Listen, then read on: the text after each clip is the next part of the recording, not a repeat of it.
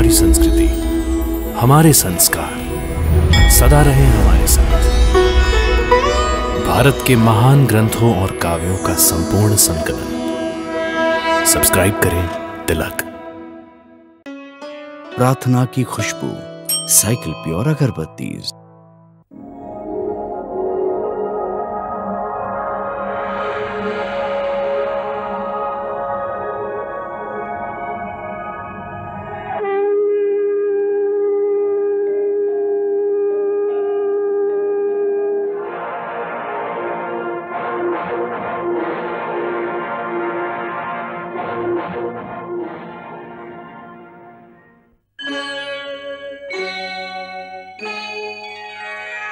कृष्णा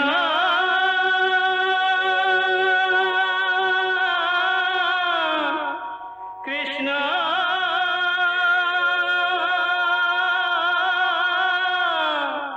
हरे कृष्णा हरे हरे।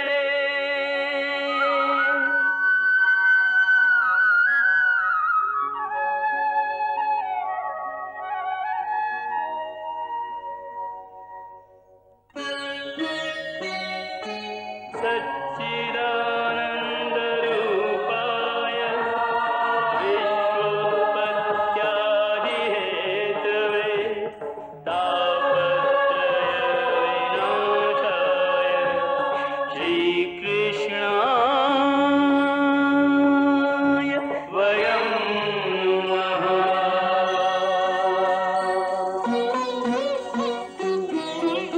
श्री कृष्ण गोविंद हरे मुरारे, हे नाथ नारायण वासुदेव। हरे कृष्ण राधे कृष्ण राधे राधे कृष्ण कृष्ण हरे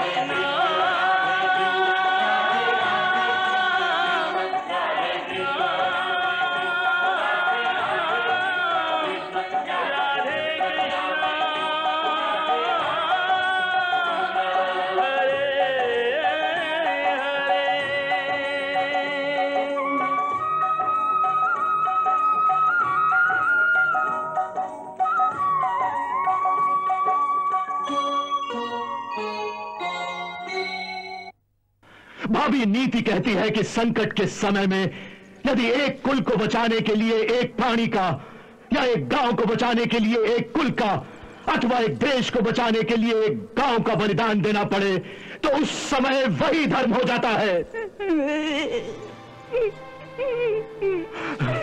आज वैसा ही समय है। इस समय यदि हमने भावना के आवेश में आकर कोई भी उल्टी सीधी चाल चलने की भूल की तो उसका परिणाम क्या हो सकता है ये नंदराय जी अच्छी तरह समझ सकते हैं। भाभी, उस पहाड़ी पर चढ़कर देखिए कि कंस के सैनिकों ने कैसे दूर दूर तक गोकुल को घेर रखा है। यदि आपने कृष्ण को छुपाने की चेष्टा भी की तो कंस के सैनिक भेड़ियों की तरह गोकुल वासियों पर टूट पड़ेंगे और फिर गोकुल का बच्चा बच्चा कंस के सैनिकों की तलवारों की नोक पर टंगा हुआ होगा। इस जिम्मेदारी को मत भूलिए, मत भूलिए इस जिम्मेदारी को आप। ये कैसी विवशता है।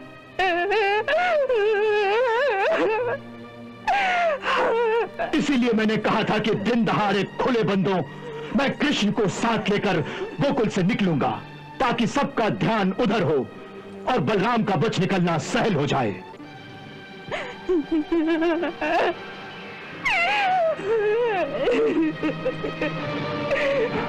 गुप्तचर घूम रहे होंगे, इसलिए आज का दिन बड़े सहज ढंग से बिताना होगा।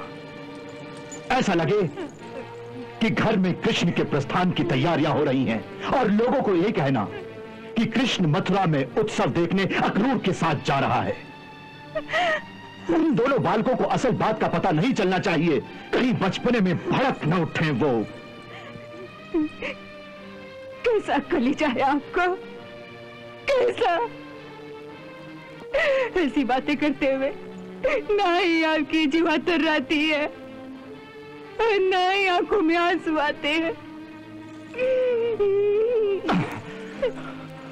मेरे लिए जो घृणा इस समय आपके मन में है भाभी, वो स्वाभाविक है, परंतु आंसुओं से योजनाएं सफल नहीं होती। योजनाओं की सफलता के लिए धैर्य की आवश्यकता होती है भाभी, धैर्य की आवश्यकता। अब धैर्य कैसा धैर्य? जिसका बच्चा बचा रहे हो उसे धैर्य रखने को कहो। जिसके बच्चे को स्वयं मौत के मुंह में डाले जा रहे हो, वो धैर्य कैसे रखे वो धैर्य? क्या राजभक्त अक्रूर से आपने यही आशा की है? यही आशा की है कि वो अपने राजकुमार कृष्ण को स्वयं अपने हाथों से मौत के मुंह में डाल देगा, उसे कंस के हवाले कर देगा कि लो भैया लो, इसकी हत्या कर दो?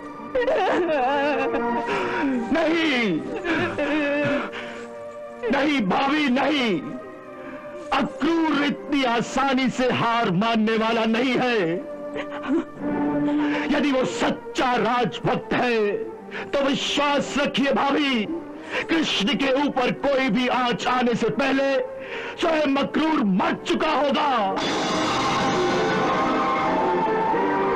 स्वयं अक्रूर मर चुका होगा।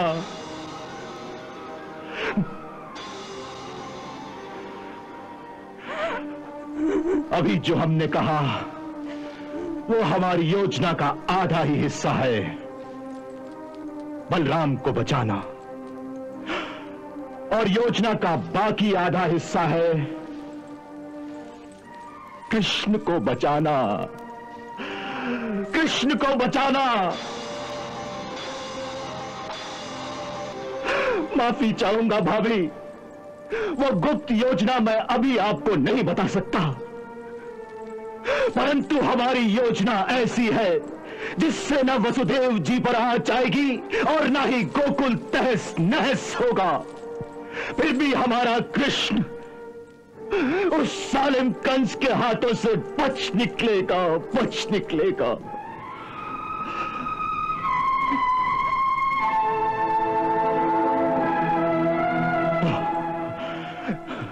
इसीलिए मैंने अपने यादव वीरों का एक आत्म बलिदानी दस्ता तैयार किया है। सबने मिलकर शपथ ली है कि जब तक लहू की एक बूंद भी उनके शरीर में है, तब तक कंस के हाथ कृष्ण के एक बाल को भी नहीं छू सकेंगे। हम पर विश्वास रखिए भाभी, विश्वास रखिए। हम राजभक्त हैं, अपने राजा के लिए मरने वाले लोग। हमारी राजभक्ति पर यूं संदेह ना कीजिए, यूं संदेह ना कीजिए।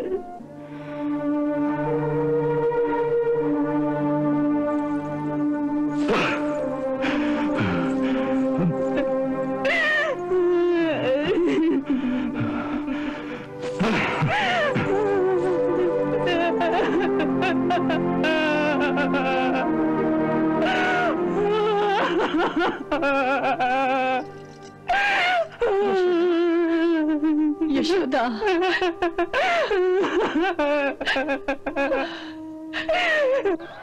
अरे भाई, सुना है कि नंदराय जी कान्हा को मथुरा भेज रहे हैं। क्यों? उत्सव देखने के लिए। अच्छा।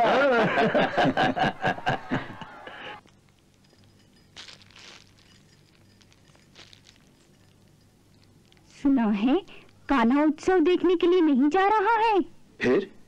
असल बात यह है कि कान्हा यशोदा का पुत्र नहीं है। यशोदा का पुत्र नहीं है? तो फिर किसका पुत्र है? देवकी और वसुदेव का। इसीलिए अक्रूर जी उसे वापस ले जाने के लिए आए हैं। क्या नरगल बातें कर रही हो? अजय अनर्गल नहीं, सत्य है। परंतु ये सत्य तुम्हें बताया किसने? यशोदा की दासी बिछुआ ने। उसमें घर में बातें करते हुए सुना। कह रही थी, यशोदा रो रो कर चिल्ला चिल्ला कर कह रही थी कि कृष्ण मेरा पुत्र है, कृष्ण मेरा पुत्र है। परंतु अक्रूर जी ने उसे बताया कि उसे कंस से बचाने के लिए यहाँ छुपा कर रखा गया था और यशोदा की संतान को रातों रात कारागार में पहुंचाकर कंस के हवाले कर दिया गया था। ओहो हो, बेचारी यशोदा रानी का तो रो रो कर बुरा हाल हो गया होगा। सुना है बोराई सी घूमती फिर रही है बेचारी, रो रो कर आंखें सूख गई हैं बेचारी की।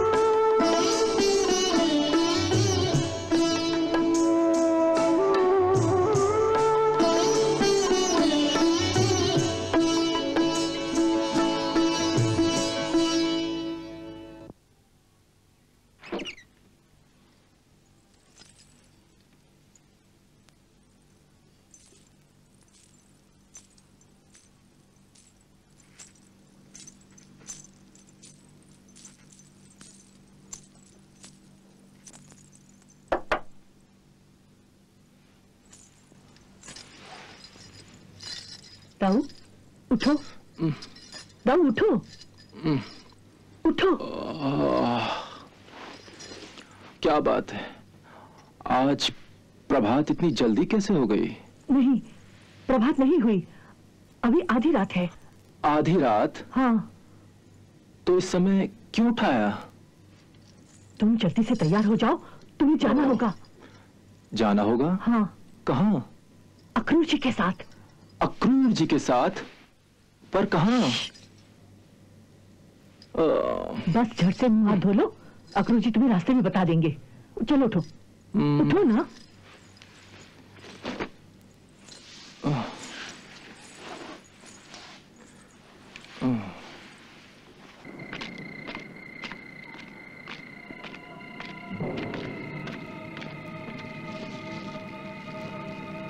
क्या हुआ? रास्ते में जगह जगह हमारे साथी तैयार हैं। नाव का भी प्रबंध हो गया है। बस अब राजकुमार को जल्दी लेकर आइए। अच्छी बात है, तुम लोग यहीं ठहरो, मैं उन्हें अभी लेकर आता हूं।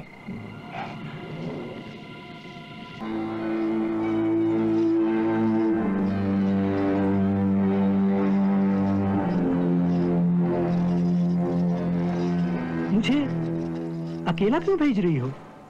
कान्हा क्यों नहीं जाएगा मेरे साथ? कान्हा तुम्हारे साथ नहीं जा सकता। पर क्यों? कान्हा नहीं जाएगा तो मैं भी कान्हा को यहाँ अकेला छोड़कर नहीं जाऊंगा। हाँ, हट न करो दाऊ, कहा ना कान्हा तुम्हारे साथ नहीं जा सकता। क्यों नहीं जा सकता? उसे कहीं और जाना है। और कहाँ? वो मथुरा जा रहा है। मथुरा? हाँ। अकेले? नहीं, मैं कान्हा को अकेले मथुरा नहीं जाने दूंगा। हाँ। तू उसे कैसे रोक लेगा दाऊ? क्यों? वो अपने माता पिता की आज्ञा से मथुरा का उत्सव देखने जा रहा है। ये झूठ है। उसे मैया और बाबा ने कैसे आज्ञा दे दी? वो जानते नहीं कि मथुरा में उसके लिए संकट है। संकट? कैसा संकट दाऊ? सब लोग जानते हैं कि मथुरा का राजा कंस कितना क्रूर और निर्दयी है।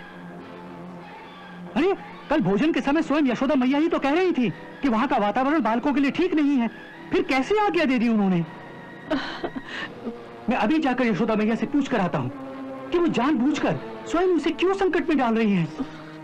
मैं कान्हा से भी पूछ कर आता हूं कि उसने मेरे बिना अकेले जाना कैसे स्वीकार कर लिया। कान्हा, अरे ओ कान्हा, अरे ओ कान्हा। चुप रहो दाऊ, चुप रहो, चुप रहो। कान्हा सो रहा है। सो रहा है? हाँ। तो क्या मैं उसे इसी तरह सोता हुआ छोड़कर चला जाऊंगा? ओहो। नहीं, मैं उसे साथ लेकर पहले जाकर जसोदा मैया से पूछूंगा। हाँ। कान्हा, अरे ओ कान्हा। रुक जाओ दाऊ, रुक जाओ। रुक जाओ दाऊ भैया। अक्रूर जी, यशोदा भाभी से पूछने की आवश्यकता नहीं, क्योंकि ये आज्ञा उन्होंने नहीं दी। मां तो कह रही थी कि उसके माता पिता ने आज्ञा दी है।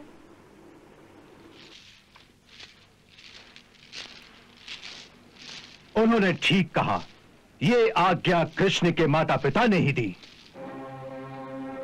तो क्या मैया बाबा कान्हा के माता पिता नहीं? नहीं। मैया बाबा नहीं तो फिर कौन है उसके माता पिता?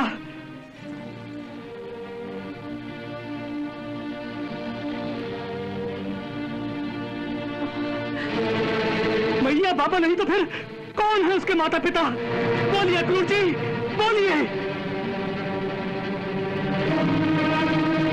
बोलिए अक्रूर जी, बोलिए। मैया बाबा नहीं तो फिर कौन है उसके माता पिता? बोलिए अक्रूर जी, बोलिए।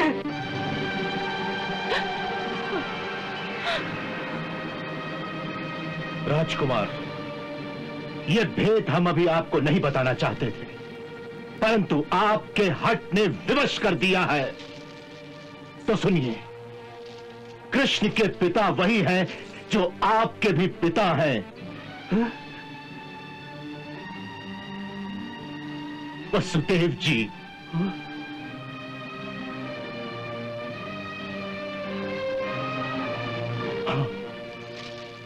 आप दोनों वसुदेव जी के पुत्र हैं और आपस में भाई हैं दोनों।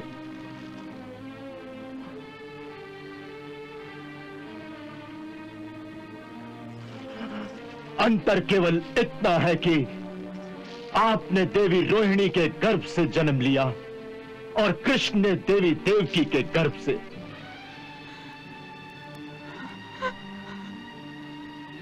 यह भेद हमने इतने वर्षों से आप दोनों की सुरक्षा के लिए छुपा रखा था। आप दोनों को भी इसी कारण ग्वालों के रूप में यहां छुपाया गया, ताकि किसी को यह पता न चले कि आप दोनों शूर वंश के राजकुमार हैं। परंतु अब कंस को कृष्ण के बारे में पता चल गया है, इसलिए उसने उसे मथुरा के उत्सव में आने का न्योता दिया है। सौभाग्यवश उसे अब तक आपका पता नहीं चला। इसीलिए हमने ये योजना बनाई है कि कृष्ण के मथुरा जाने से पहले रातों रात आपको यहां से निकालकर किसी सुरक्षित स्थान पर पहुंचा दिया जाए। परंतु आपने ये कैसे सोच लिया कि मैं कान्हा को संकट में छोड़कर अपनी जान बचाने के लिए छिपकर किसी सुरक्षित स्थान पर चला जाऊंगा? आपकी सारी बातें सुनने के पश्चात तो मेरा कान्हा के साथ रहना और भी अधिक आवश्यक हो गया है। इसलिए जहां जहां कान्हा जाएगा वहीं मैं जाऊंगा और कहीं नहीं।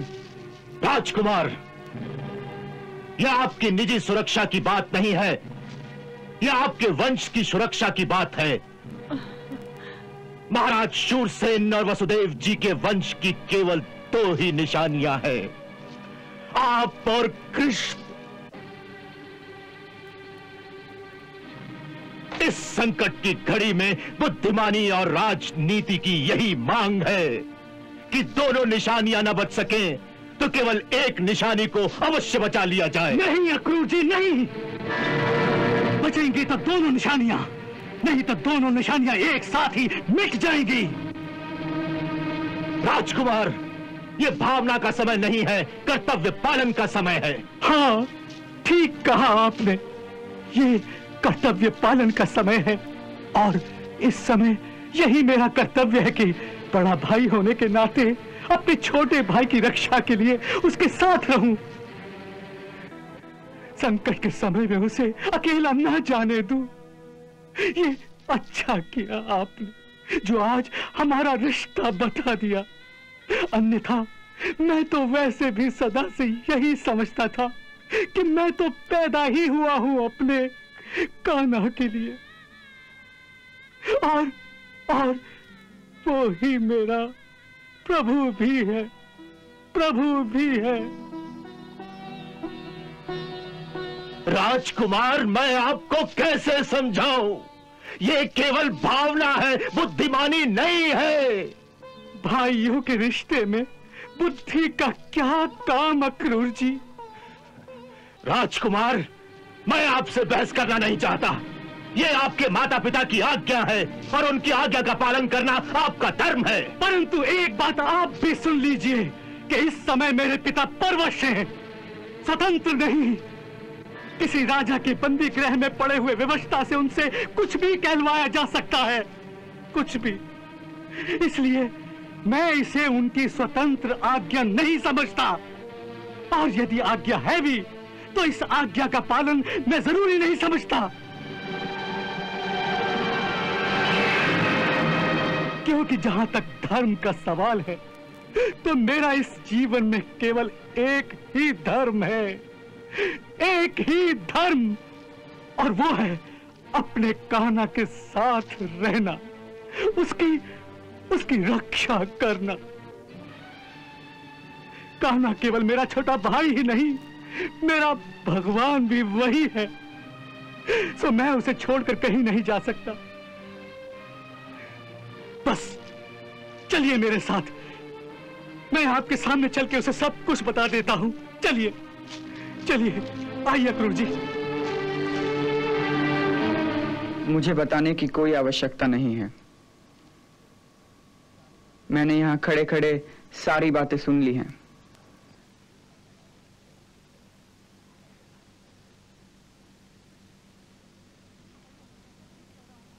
तो बोलो, मैं ठीक कह रहा हूं ना? हाँ दाऊ भैया। तो कह दो इनसे कि जो मैं कह रहा हूं वही होगा। हाँ, अवश्य वही होगा। इस जन्म में आप हमारे बड़े भाई हो, इसीलिए आपकी आज्ञा का पालन करना और सबसे कराना, यही मेरा धर्म है। अक्रूर जी, आप हम दोनों के लिए जितने चिंतित हो रहे हैं, शायद उतनी चिंता करने की आवश्यकता नहीं है। कान्हा, ये क्या कह रहे हो? तुम संकट की गंभीरता को नहीं जानते। ये बचपन की बातें नहीं है, कुछ बुद्धि से काम लेना चाहिए। इस समय जीवन और मृत्यु का प्रश्न है। बुद्धि से काम लेना अच्छी बात है अक्रूर जी, परंतु जब कोई बुद्धिमान अपनी बुद्धि से जीवन और मृत्यु को आगे पीछे करने की कोशिश करता है, तभी वह भूल करता है। क्योंकि जीवन और मृत्यु तो विधाता के हाथ में है। अगर मृत्यु आनी है तो वो सुरक्षित स्थान पर भी आएगी अक्रूर जी।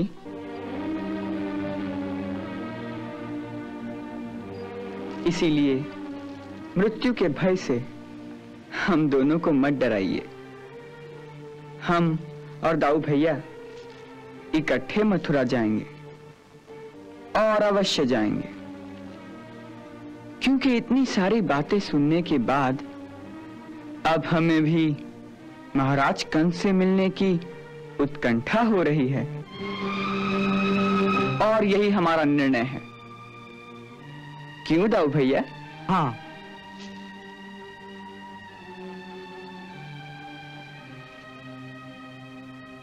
परंतु इन सब बातों के बीच हमें आपकी एक बात अच्छी नहीं लगी अक्रूर जी। आपने इतना बड़ा झूठ कैसे बोल दिया? झूठ? कौन सा झूठ? आपने ये जो कहा कि यशोदा मेरी मैया नहीं। अक्रूर जी, जन्म से लेकर आज तक मेरे लिए यशोदा ही मेरी मैया रही है और सदा वही मेरी मैया रहेगी। परंतु आपका जन्म? अक्रूर जी, मुझे जन्म किसने दिया मैं नहीं जानता, परंतु मेरी याद में पहली बार जिसने मुझे अपना पुत्र कहकर बुलाया था वो मेरी यशोदा मैया ही तो थी, जिसने मुझे अपनी गोद में बिठाया, जिसने मुझे ममता का दूध पिलाया, जिसने मेरी उंगली पकड़कर मुझे चलना सिखाया, वो मेरी यशोदा मैया ही तो थी अक्रूर जी। जिसने मेरे छोटे छोटे कानों में मीठी मीठी लोरियां सुनाई थी, अक्रूर जी वो मेरी यशोदा मैया ही थी ना। बस करो, भगवान के लिए बस करो। मेरे हृदय पर और चुरिया मत चलाओ, मत चलाओ और चुरिया। मैं और नहीं सुन सकूंगी, नहीं सुन सकूंगी। यशोदा, मैं मर जाऊंगी। यशोदा, यशोदा, यशोदा, यशोदा, यशोदा, यशोदा, यशोदा, यशोदा, नहीं यशोदा, यशोदा, यशोदा, यशोदा धैर्य रखो।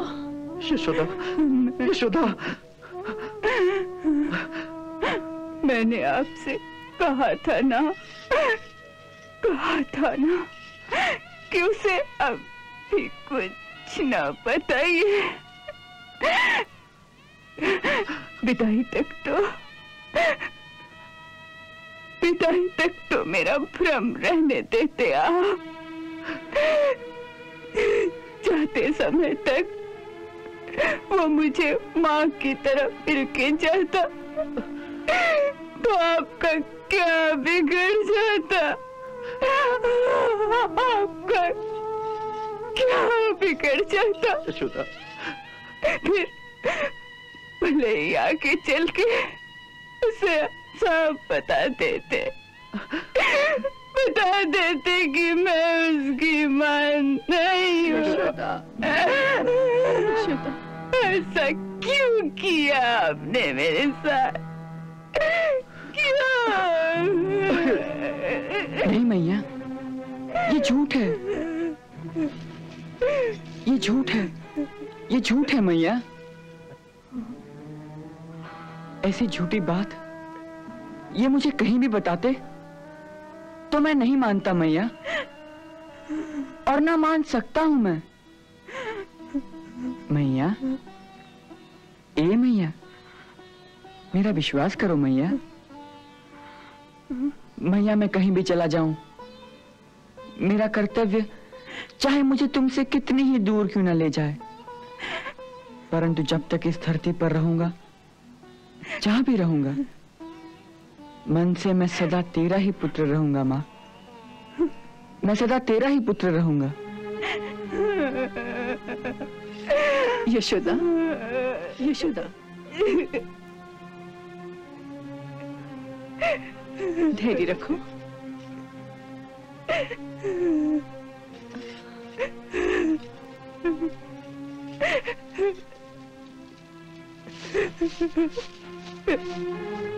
यशोदा, यशोदा। नहीं मैया, ये मैया, यशोदा, ए मैया, मैं तो तेरा ही पुत्र हूँ ना। मैं तो तेरा ही पुत्र हूँ मैया। मेरा दिल रखने के लिए सदा से झूठ बोलता आया है रे तू। सदा से झूठ बोलता आया है रे तू मेरी मैया है ना, इसीलिए तो तुझसे झूठ बोल सकता हूँ मैं। और तो मैं किसी से कभी कोई झूठ नहीं बोलता, किसी से कभी कोई झूठ नहीं बोलता।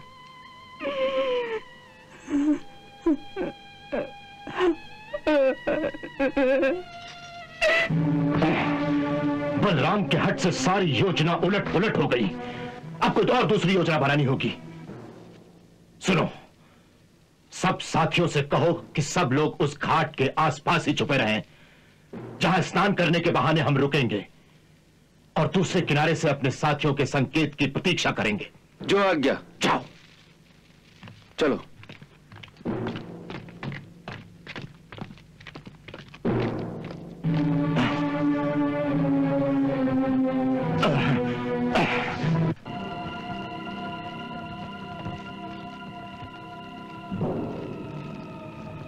सुना है कि अक्रूर कंस के कहने से कान्हा को लेने आया है। ये हम कदापि नहीं होने देंगे। परंतु हम इसे कैसे रोकेंगे? ये मैं नहीं जानता, परंतु इतना जरूर जानता हूं कि अगर नंदराय जी ने एक आवाज दे दी कि मेरे पुत्र को बचा लो, तो गांव का बच्चा बच्चा कान्हा को बचाने के लिए अपने प्राण दे देगा। विराट भैया, यही तो दुविधा का केंद्र है, जिसके लिए स्वयं नंद बाबा भी कुछ नहीं कर सकते। कैसी दुविधा?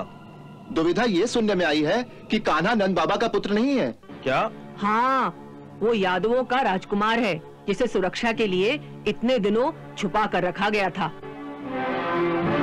इस परिस्थिति में यादव सरदार अक्रूर जी उसे वापस लेने आए हैं, तो बेचारे नंद बाबा क्या कर सकते हैं?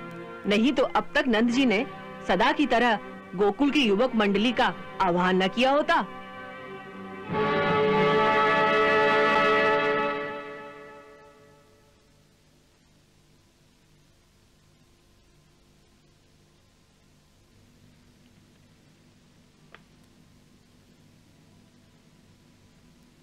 मैया, ए मैया,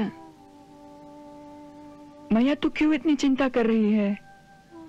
तेरे कान्हा को कुछ नहीं होगा। तनिक सोचो मैया, यदि तेरा कान्हा कालिया नाग को परास्त कर सकता है, गोवर्धन पर्वत को उठाकर स्वयं इंद्र के कोप से गोकुल की रक्षा कर सकता है, तो ये कंस उसका क्या बिगाड़ लेगा मैया? इसीलिए तो तुझे कहती थी कि ऐसे चमत्कार मत किया कर, मत किया कर, तुझे किसी की नजर लग जाएगी। मैं कह कह कर हार गई कि लल्ला भगवान मत बन, मेरा छोटा सा मनुष्य ही बना रहे, नहीं तो मैं तुझे एक दिन खो दूंगी। अब देख लिया ना उसका परिणाम। मैया, ये सब माया मोह की बातें हैं। इस दृष्टिकोण से तुम जितना ही सोचती जाओगी, मोह के दलदल में उतना ही फंसती जाओगी। तो फिर मैं क्या करूं? क्या करूं मैं? इस मोह की दलदल से बाहर निकलो मैया। कहते हैं कि समस्त प्राणियों के अंतर में भगवान होता है, इसीलिए जिसे पुत्र समझ रही हो, उसे यदि भगवान समझ लो, तो ये सारा तनाव ही दूर हो जाएगा। फिर पुत्र की चिंता छोड़कर तुम्हारा मन भगवान की पूजा में लग जाएगा और ये सारी बेचैनी दूर हो जाएगी। मैया, तेरे ज्ञान चक्षु खुल जाएंगे, जिससे तुझे मोक्ष की भी प्राप्ति हो सकती है। मुझे ऐसा मोक्ष नहीं चाहिए, नहीं चाहिए मुझे। नहीं ऐसा मोक्ष चाहिए और नहीं कोई भगवान। मुझे तो केवल अपना पुत्र चाहिए, अपना पुत्र। ऐसे भगवान का क्या करूंगी मैं? नहीं उसे प्यार कर सकूंगी, नहीं उस पर क्रोध कर सकूंगी मैं, और नहीं उसे माखन मिश्री खिला सकूंगी। ऐसे भगवान का क्या करूं मैं? सो मुझे तेरा भगवान, तेरा मोक्ष नहीं चाहिए। मुझे तो केवल अपना पुत्र चाहिए, जो मुझे दुख दे तो मैं आनंद पाऊं। मुझे ये सब ज्ञान, ध्यान और मोक्ष की बातें मत समझा। मुझे अपने मोह के दलदल में ही फंसा रहने दे, फंसा रहने दे मुझे। जा, ये ज्ञान की बातें किसी और को सिखा, जा। वाह मैया, वाह, तू तो ज्ञान, योग, भक्ति, इन सब सीमाओं को पार कर चुकी है। तुझे तो अब भगवान की भी आवश्यकता नहीं, बल्कि भगवान को ही तेरे जैसी मां की आवश्यकता है। तू धन्य है मैया, तू धन्य है। ये सब नाटक मेरे साथ मत कर। तू बचपन से ही ये सब नाटक करके मुझे रिझा रहा है। वास्तव में तू तो मेरा पुत्र है ही नहीं, तू मेरा शत्रु है, शत्रु। मुझे ये मोक्ष की बातें मत समझा। जा, चला जा, चला जा अपनी असली माता के पास। चला जा, चला जा, चला जा, जा। चला जाऊंगा, परंतु ये अंतिम रात तो अपनी असली माता के पास बिता लूं। अब तुझे मुझसे और क्या चाहिए? क्या? एक वचन मैया, मुझे एक वचन दे। मांग ले, जो भी मांगना है मांग ले। तू मेरे पीछे रोया नहीं करेगी? नहीं, मैं ऐसा वचन नहीं दे सकती, नहीं दे सकती मैं।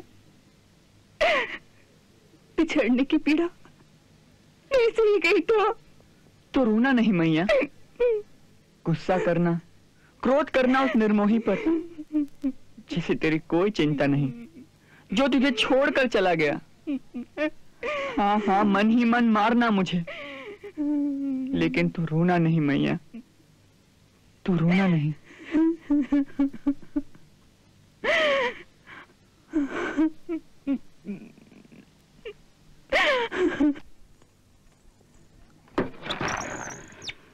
क्या बात है? सुना है कल सवेरे कान्हा गोकुल छोड़कर जा रहा है। हाँ? सुना है सवेरे कान्हा मथुरा चला जाएगा। हाँ? हमें उसे रोकना होगा। मगर कैसे? सबको इकट्ठा करो। बेचारी राधा, उसे यदि कोई सूचना देता तो अच्छा होता।